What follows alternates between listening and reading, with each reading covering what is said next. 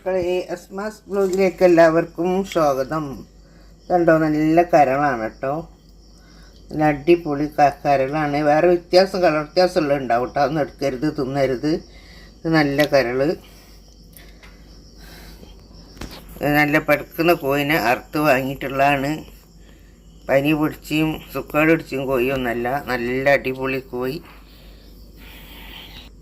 അങ്ങനെ ഇത് ഫുള്ളും ഞാനൊന്നായിട്ട് നല്ലോണം മുറിച്ച് ചെറിയ ചെറിയ കഷ്ണങ്ങളാക്കി എടുത്തിട്ടുണ്ട്. ഇനി നമുക്കിത് നല്ലോണം കൂടി ഇനി 3-4 കഴുകിയിട്ട് കഴുകി കുക്കറിലാക്കി വെച്ചിട്ടുണ്ട്. ചെറിയ കുക്കറാട്ടോ, വലിയ കുക്കറല്ല, ചെറിയ കുക്കറാണ്. ഇതിലാക്കി വെച്ചിട്ടുണ്ട്. ഇനി നമുക്കിത് ഓരോന്ന് അരിഞ്ഞിടണം.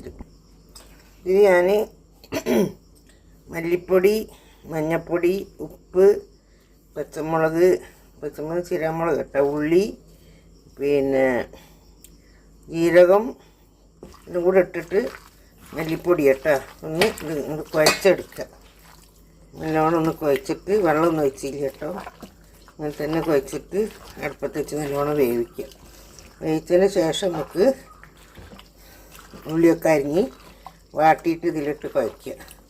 അപ്പോൾ നല്ല ടേസ്റ്റ് ഉണ്ടാവും.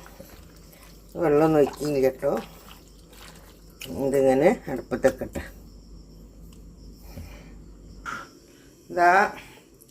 നമ്മൾ അടുപ്പത്ത് വെച്ചിട്ടുണ്ട്. നല്ലോണം കത്തി വേവട്ടെ. 2-3 കുക്കെന്നാൽ വെന്തോളും. കേട്ടോ, രണ്ടാമത്തെ കുക്കാണ്. 2 കുക്കും കൂടെ ഇട്ടിട്ടുണ്ടെങ്കിൽ, കുക്കല്ല വിസിലല്ലേ, വിസിലിട്ടുണ്ടെങ്കിൽ വെന്തിട്ടോ. ഇതട്ടാ ഞാനിതാ വെളിച്ചെണ്ണ ഒഴിച്ച് കുറച്ച് വെളുത്തുള്ളി ഇട്ട് വെച്ചിട്ടുണ്ട്. ഇത് നല്ലോണം ഒന്ന് ചെറുങ്ങനെ ഒന്നും കൂടെ ഒന്ന് ചോക്കട്ടെ. എന്നിട്ട് നമുക്ക് വലിയ ഉള്ളി അരിഞ്ഞത് ഇട്ട് കൊടുക്കണേ. വേറെന്താ വിശേഷം? എല്ലാവർക്കും സുഖമല്ലേ? സുഖമായിരിക്കട്ടെ. സമാധാനം സന്തോഷം എല്ലാവർക്കും ഉണ്ടായിരിക്കട്ടെ. നമ്മുടെ ഗൾഫ് നാട്ടിൽ ഭയങ്കര പ്രശ്നങ്ങളൊക്കെ അല്ലേ, അതുകൊണ്ട് അതൊക്കെ അള്ളാവും സോൾവ് ആക്കിയിട്ട് എല്ലാവർക്കും യാതൊരു ബുദ്ധിമുട്ടും ഇല്ലാണ്ട് അള്ളാവ് കാത്തിരക്ഷിക്കട്ടെ മക്കളെ. ആമീൻ. എല്ലാവരും ദുആ ചെയ്യൂ. ഞാൻ വെളുത്തുള്ളി ഇഞ്ചിയും കൂടെ മുറിച്ചിട്ടതാണ്.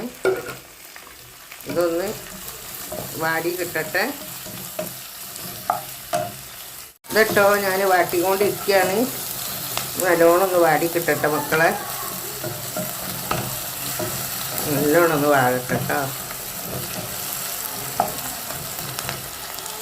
അങ്ങനെ ഒരു ഇതൊക്കെ ആയിട്ടോ. വീണ്ടും ഞാൻ രസം നല്ല ജീരകവും പെരുംജീരകവും മുളകുപൊടി തീയും കൂടെ ഉപ്പ് ഇട്ടിക്കണേ.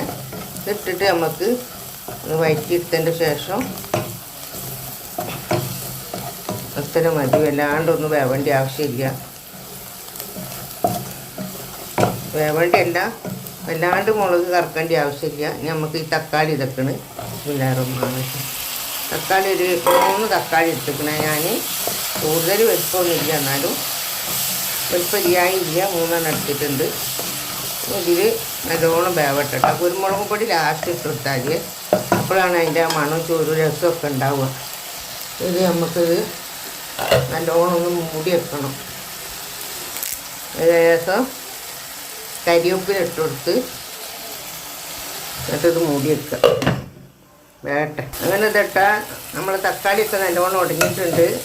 ഇതിലേക്ക് നമുക്ക് വറുക്കൊന്നും വേണ്ട. കറപ്പട്ടൻ്റെ പൊടി കുരുമുളകും കൂടെ രസമിട്ട് ഒന്ന് വേവിച്ച് വെച്ചുകൊണ്ട് എടുക്കടി. ഒരാളുണ്ടാവുമ്പോൾ അങ്ങനെ ഒന്നിങ്ങനെ ഇളക്കി കൊടുക്കുക. ഇതിലേക്ക് തിരിഞ്ഞിട്ടാ. ഇതട്ടാ വേവിച്ച് വെച്ച കരളാണിത്. ഇതിലേക്ക് ഒഴിച്ചു കൊടുക്കുക.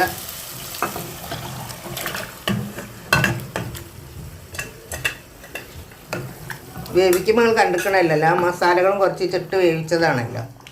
ഇതും കൂടെ ഒന്നിങ്ങനെ എല്ലാം കിടന്ന് വേവട്ടെ. വെന്തിക്കണ്, പക്ഷെ ഒന്ന് തിളച്ചിട്ടെ, വെള്ളം ഇച്ചിരി വറ്റട്ടെ കേട്ടോ.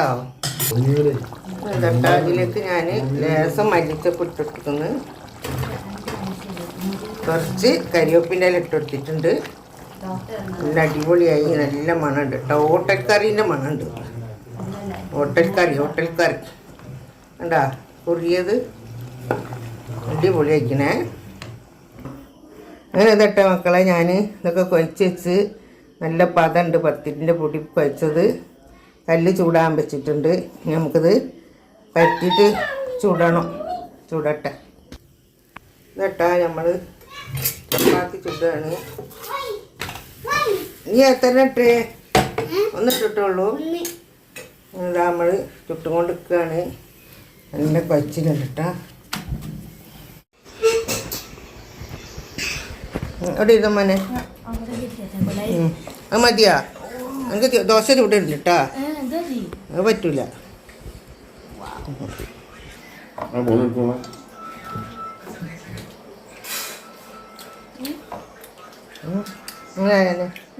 അടിപൊളി. ഓക്കല്. വേറെ ഞാൻ വെറുതെ എന്ത് റെക്കോർഡാണോ? കേട്ടാ.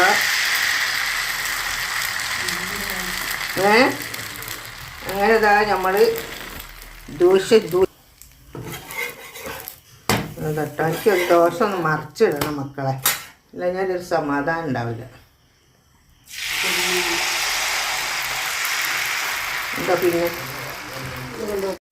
ഈ വീഡിയോ ഇഷ്ടപ്പെട്ടാൽ എല്ലാവരും ലൈക്ക് ചെയ്യുക, ഷെയർ ചെയ്യുക, സബ്സ്ക്രൈബ് ചെയ്യുക. Okay, by.